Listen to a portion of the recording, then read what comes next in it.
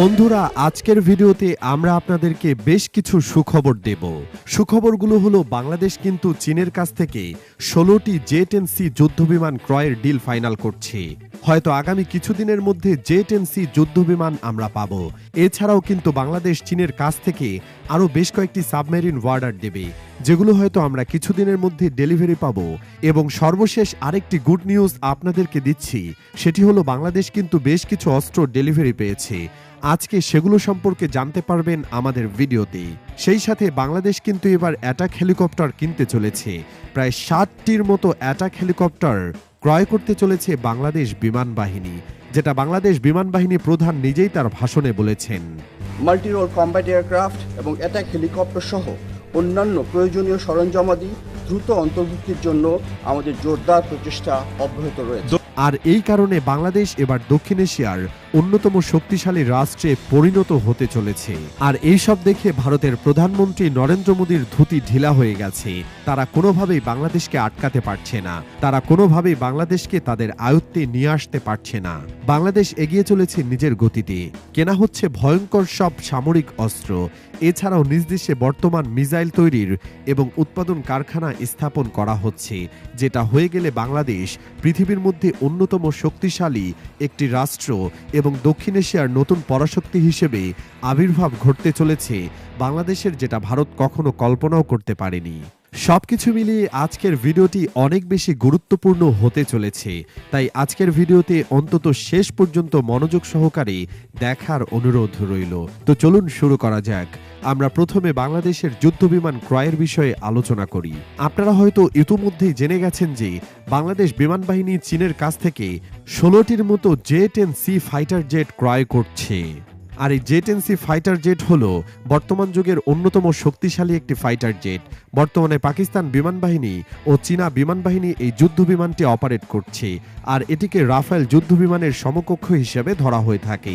এমনকি কিছু কিছু ক্ষেত্রে এই যুদ্ধ বিমানটি ভারতের অত্যাধুনিক যুদ্ধ বিমান রাফেল যুদ্ধ বিমানের চেয়েও অনেক এগিয়ে আছে। এমনকি এটি একটি সিঙ্গেল ইঞ্জিন বিশিষ্ট যুদ্ধ বিমান এবং এটির স্পিড হলো ম্যাক 2, অর্থাৎ এটি শব্দের গতির চেয়ে দ্বিগুণ স্পিডে ছুটতে পারে। এবং এটির অন্যতম সক্ষমতা হলো এটি কিন্তু রেডারকে ফাঁকি দিতে সক্ষম, অর্থাৎ এটি ভারতের যে কোনো রেডারকে ফাঁকি দিয়ে মূল ভারতের ভূখণ্ডে আঘাত আনতে সক্ষম। এবং এই যুদ্ধ বিমানটির রেঞ্জ কিন্তু অনেক বেশি। এর রেঞ্জ প্রায় 1850 কিলোমিটার, অর্থাৎ এটি একবার আকাশে উড়ে ভারতের মুম্বাই শহরে আক্রমণ করে ফিরে আসা সম্ভব। এবং এই যুদ্ধ বিমানটি কিন্তু বিপুল পরিমাণে বোমা বহন করতে পারে। এটি প্রায় 18,050 কেজি বোমা বহনে সক্ষম, অর্থাৎ 18 টন বোমা বহন করা যাবে যুদ্ধ বিমানটি দিয়ে। আর এটি একটি মাল্টিরোল ফাইটার জেট এবং যুদ্ধ বিমানের গতি এত বেশি এবং এটি এত বেশি বোমা বহন করতে পারে, যেটি দিয়ে মাত্র 30 মিনিটের মধ্যে ভারতের কলকাতাকে উড়িয়ে দেওয়া সম্ভব। আর এটি নিয়ে চিন্তায় পড়ে গেছে পুরো ভারতীয় মিডিয়া। তারা কোনোভাবেই মেনে নিতে পারছে না যে বাংলাদেশ চীনের কাছ থেকে জে-10C ক্রয় করছে। বন্ধুরা, এছাড়াও আরও একটি সুখবর আপনাদের জানাই, আর সেটি হলো বাংলাদেশ কিন্তু এবার সাবধান করতে চলেছে। আর এটি একটি না দুটি, প্রায় 12টির মতো সাবমেরিন ক্রয় করার প্ল্যান করেছে বাংলাদেশ। আপনারা হয়তো ইতিমধ্যেই জানেন যে বাংলাদেশ নৌবাহিনী কিন্তু ইতিমধ্যেই 2টি সাবমেরিন অপারেট করে, আর 2টি মিং ক্লাস সাবমেরিন।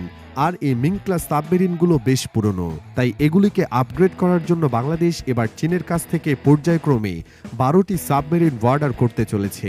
এমনকি আপনারা হয়তো এটা জানেন যে বানৌজা শেখ হাসিনা নামক একটি সাবমেরিন বেস রয়েছে বাংলাদেশের। বাংলাদেশের চট্টগ্রামে বানৌজা হাসিনা নামক এই সাবমেরিন ঘাঁটি অবস্থিত।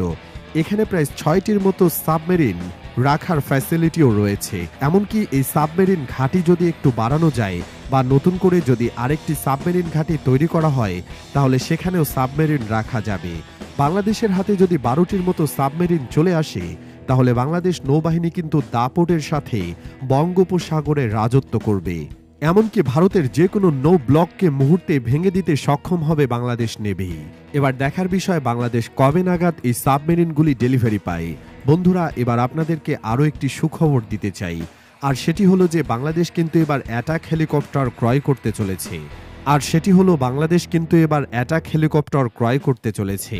আর বাংলাদেশের আপকামিং অ্যাটাক হেলিকপ্টারগুলি হতে পারে আমেরিকার তৈরি অ্যাপাচে অ্যাটাক হেলিকপ্টার।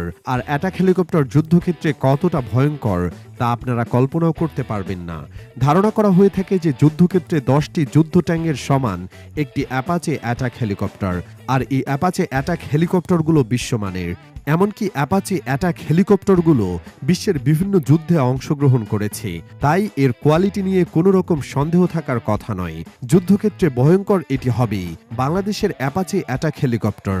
যুদ্ধক্ষেত্রে ভয়ঙ্কর হবেই বাংলাদেশের অ্যাপাচে অ্যাটাক হেলিকপ্টার। তবে কোনো কারণে যদি আমেরিকা বাংলাদেশের কাছে অ্যাপাচে অ্যাটাক হেলিকপ্টার বিক্রি করতে না চায়, তাহলে আরেকটা অপশন আমাদের হাতে রয়েছে, আর সেটি হলো তুরস্কের তৈরি টাইগার অ্যাটাক হেলিকপ্টার। তুরস্কে এই টাইগার অ্যাটাক হেলিকপ্টারগুলো কিন্তু ভয়ঙ্কর লেভেলের মারাত্মক।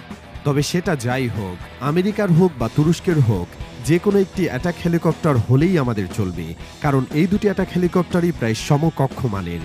আর বাংলাদেশ বিমান বাহিনীতে অ্যাটাক হেলিকপ্টার যুক্ত হয়ে গেলে বাংলাদেশ বিমান বাহিনী আরও এক ধাপ এগিয়ে যাবে এবং যুদ্ধক্ষেত্রে তাদের সক্ষমতা বহুগুণে বেড়ে যাবে।